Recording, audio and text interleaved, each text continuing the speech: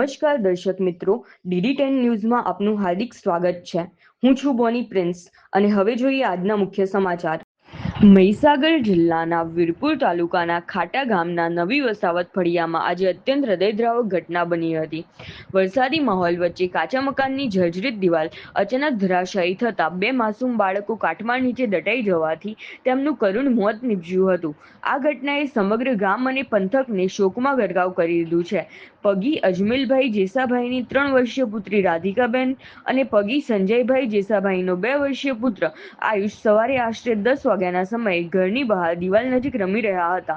તે દરમિયાન જર્જરિત કાચી દિવાલ અચાનક ધરાશાયી થઈ બંને માસૂમ બાળકો પર તૂટી પડી હતી।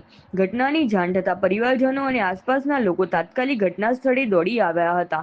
ભારે જહેમત બાદ બંને બાળકોને કાટમાળમાંથી બહાર કાઢવામાં આવ્યા હતા, પરંતુ ત્યાં સુધીમાં બંનેના મોત થઈ ચૂક્યા હતા। બનાવની જાણ થતાં વીરપુર પોલીસ, આરોગ્ય વિભાગના અધિકારીઓ તેમજ ગ્રામ પંચાયતના તલાટી સહિત સરકારી તંત્ર ઘટના સ્થળે પહોંચી જરૂરી કાર્યવાહી હાથ ધરી હતી। એક જ ગામમાં એક સાથે બે નિર્દોષ બાળકોના મોતથી પરિવારજનો પર દુઃખનો પહાડ તૂટી પડ્યો છે। તેમના રૂપ કળથી સમગ્ર વાતાવરણ ગમગીન બની ગયું હતું। વરસાદી મોસમમાં જર્જરિત કાચા મકાનોના જોખમ સામે આ ઘટના ગંભીર ચેતવણી રૂપ બની છે। રિપોર્ટર નાથુસિંહ પરમાર, વીરપુર, મહીસાગર। કાકા, કઈ રીતની શું ઘટના બની છે?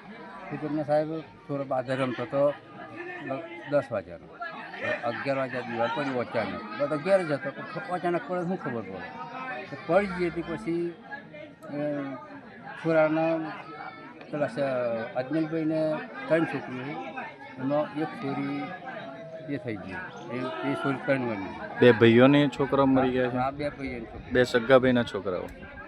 હા, 2 ભાઈ અને 2 ભાઈઓને એક છોકરો। એમાં છોકરીના બાપાનું નામ અજમેલભાઈ જેસાભાઈ અને છોકરાના બાપાનું નામ સંજયભાઈ જેસાભાઈ, એ 2 વર્ષનો છોકરો।